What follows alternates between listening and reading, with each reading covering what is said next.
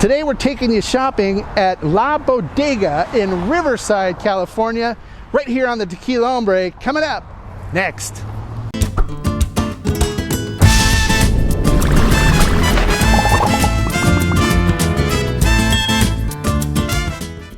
You're going to be joining me as we go tequila shopping at La Bodega in Riverside, California. They do require masks, so let's put our masks on and head on in and check it out.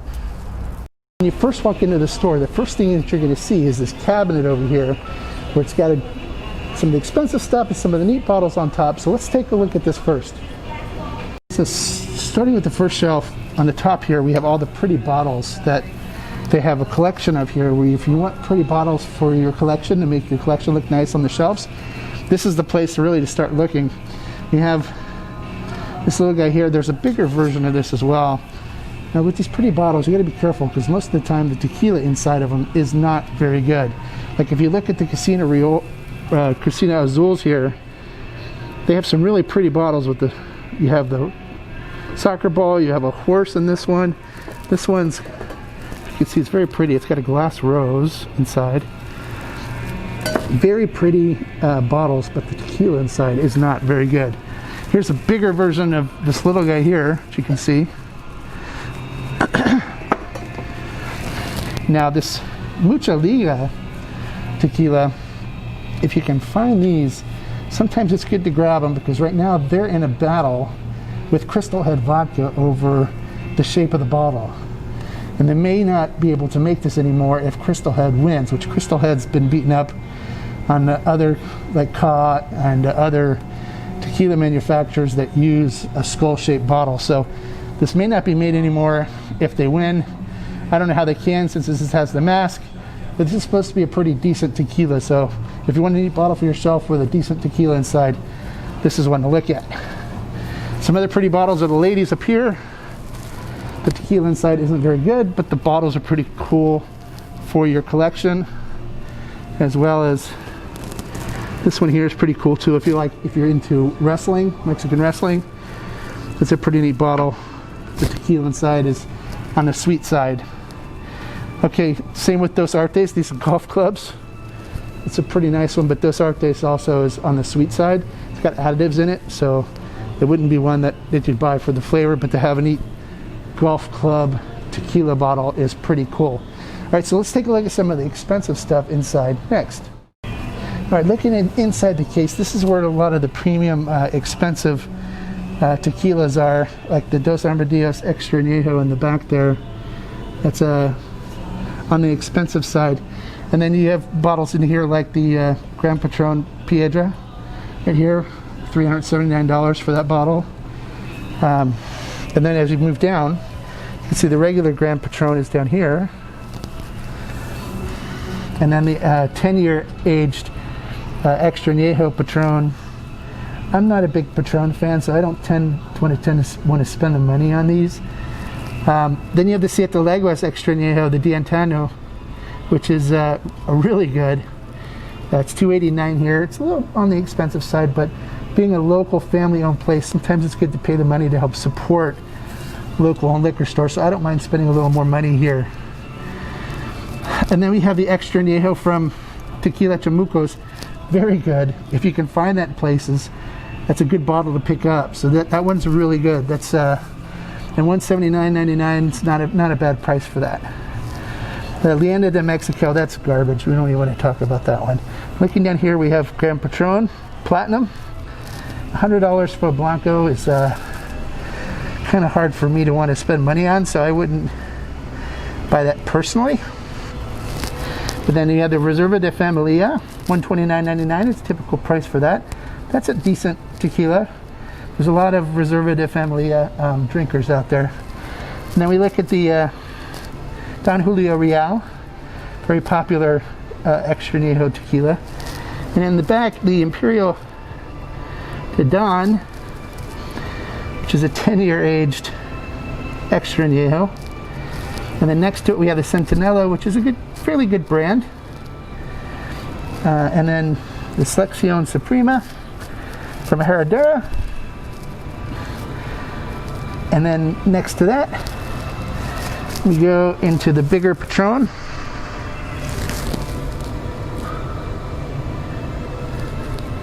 And then the huge big Patron Roca bottle behind that as well.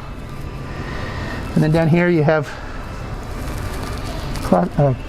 Casa Dragonis, which is diffused garbage. I wouldn't touch that with somebody else's hands. And then that is pretty much it for this case. Now up here we have some more pretty bottles on the next case over. The Gemma. It's not bad. It's a really interesting bottle that's got the iguana on it. And we have the Dos Artes in the back here, which are on the sweeter side. So if you like sweeter tequilas, those would be ones that you want to look at. Then we have the Mandalas back here, all very pretty bottles, all look great on the shelf. Tequila inside is not so great, but if you like sweeter stuff, it might be worth it for you to get the bottle. I'm not into sweetened, artificially sweetened tequila, so I tend to avoid those. So then we have some more pretty bottles here. And then we start heading to some really good stuff, some premium stuff over here, where we have the Diablito. They limit it to one because people come from all over to buy this here, because there's not a whole lot of it out here in the Inland Empire. The Diablito from 123 is a really nice extra añejo. I'll be doing a review of this one coming up within the next couple of weeks, so make sure you watch for that one. Let's head out and check out some of the more tequilas we have over here and the other shelves. All right, if you're a Patron drinker, they carry a lot of Patron for you, so this is a good place to come and pick up Patron. Even if you if a regular size bottle doesn't fit you, you can get the party size bottles here of your Patron to satisfy your Patron wants. Now if we look up here, we've got some tables set up with some other stuff on it, and I always like to look at these tables because when they get new stuff in, this is where you can find it here. Like we do have the Tequila Honor. This comes out of NOM 1414, which typically makes really good tequila, but this one I wasn't real impressed with. So, and then we have some other ones that have come out. We have the Addictivo, which is a additive bomb. Not a big fan of that. It tastes really super sweet and sugary. Moving on down, if you're into collecting interesting bottles, you can get your machine guns. We have a bat and ball over here as well. So they have all the interesting bottles too here as well. Now looking up, we have the Roca Patron, which is the one from Patron that I probably drink the most because it's the best made, Tahona crushed. Really good tasting Patron, a little on the pricier side as far as their line goes. They have a tendency of charging too much for their tequila, but what can you do, right? So moving on down the line, they have Pura Sangre here. Very good tequila. If you can find a bottle of this somewhere, or come here and get it. They have the Blanco. They have the Añejo. I picked them up here. It's out of 1146, which makes great tequila. I've yet to have something from 1146 I didn't like. So they have Pura Sangre here. They have some mezcals mixed in here as well that you can find if you look hard enough. And then over here, like here, mezcal Marca Negra. They have some other tequilas mixed in. Insolente. They have, you know, a good mixture of good stuff. Let's come around that back side over here.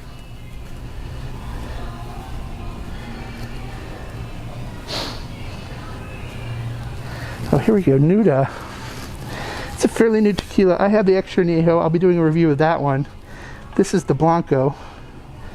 $54.99 is not a bad price for that. Is it both Blancos? Yeah, both silvers. So make sure you keep an eye out for the Extra Añejo video that I'm going to do on that. But here's the Extra Añejo here. I love the bottle, and supposedly the tequila inside is supposed to be really good, so we'll see when I do the review on it. Then we have some mezcals here.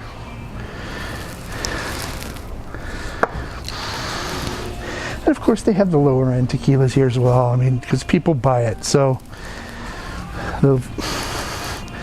Vulcan, Tierra Blanco. For all three of these Blancos, yeah, they do have the Cristalino, which I'm going to be doing a review of here in the next few weeks or so. So make sure you keep an eye out for that. All right, let's check out the other shelf with some more tequilas and stuff on it. Starting with the top row, the first bottle here, the black bottle, is San Matias Gran Reserva, which is, you can't beat this for the price for an extra añejo. It is, in my opinion, one of the best budget extra añejos out there. Typically runs between 45 to 50 bucks. Delicious, well made. If you see this, you want to try it, grab it. I highly recommend it. It's good stuff. Maestro Doble next to it. Not a big fan. It's Jose Cuervo.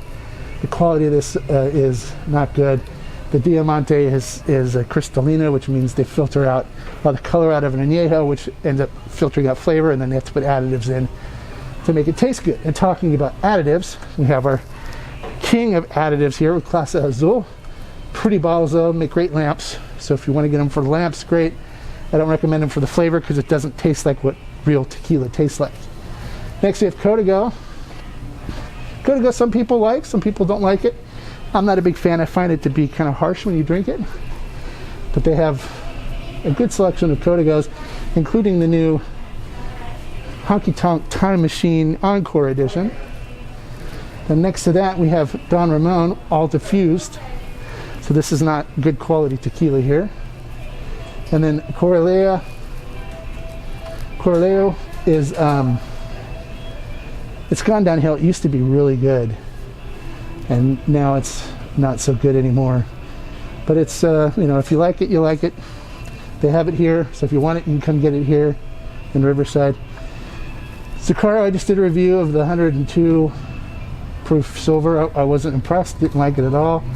It's a lower priced budget mezcal typically. Then we have your legal, and then we have your whole Vita selection, which Vita is typically pretty good. Not Vita, Del Maguey, sorry. It's pretty good. The Vita is the best beginner mezcal. And then we have all the different variations from them here as well. So that's a good selection of some Del Maguey mezcals. All right, starting over here we have Dos Hombres, which is the mezcal that's owned by the guys from Breaking Bad, celebrity mezcal. And then one of my favorites as far as good solid tequilas go, El Tesoro. And then the ever so popular Fortaleza. And if you come and search sometimes, you look in the back, you might be able to find a 42A or 43A hiding back in the back here, which is kind of nice. And looking at the, we have Casamigos, which is additive bomb garbage. Casa Dragones, which is diffused garbage. And then Tequila Torres, however you want to pronounce it. Not a good quality tequila as well. So they have, you know, a mixture of stuff here. De Leon, some people like it, some people hate it. I'm not a huge fan. Then Don Julio, which used to be really good, but it's gone downhill. The Cristalinos, just the añejo that's been filtered to take all the color out and some of the flavors, so they have to put it back with some additives. Then coming down to the next shelf, Espolón, good solid budget brand. They have it here, so you grab it. Herradura is good. It used to be a lot better, but it's still good now. The Cristalino, and I'm not a Cristalino fan, so I won't be getting that. Siete Leguas, solid. You see a bottle of those, pick them up. It's good stuff. Then the Patron stuff we saw on the front here on the shelf. And another lower quality Cuervo product, 1800, with their Cristalino here on the end. Then on the next shelf we have El Silencio, which is a cheaper mezcal. Corazon. Corzo's diffused garbage. Then we have Cazadoras, which is diffused as well. Now, Centenario used to be really good, and it was solid for a budget tequila. See, it's $28.99 for the añejo, or for the añejo is $32.99. It's a good price for an añejo, but with this tequila, they started mixing diffused in with the traditionally produced stuff to give it its flavor, and it's gone downhill as far as flavor goes on that, so I don't recommend that one anymore. Next shelf down, Tres Generaciones. It's all diffused stuff. Tromba, I've heard good things about it. I'll be doing a review of that. Chamucos is good. I definitely recommend Chamucos. I enjoy their tequila. Tres Agaves is a good budget tequila, good for mixing margaritas and stuff. Okay, Vodquila, no, stay away from that. Hornitos is diffused. Campo Azul is diffused. Not a big fan. And 100 Años, no, stay away from that stuff.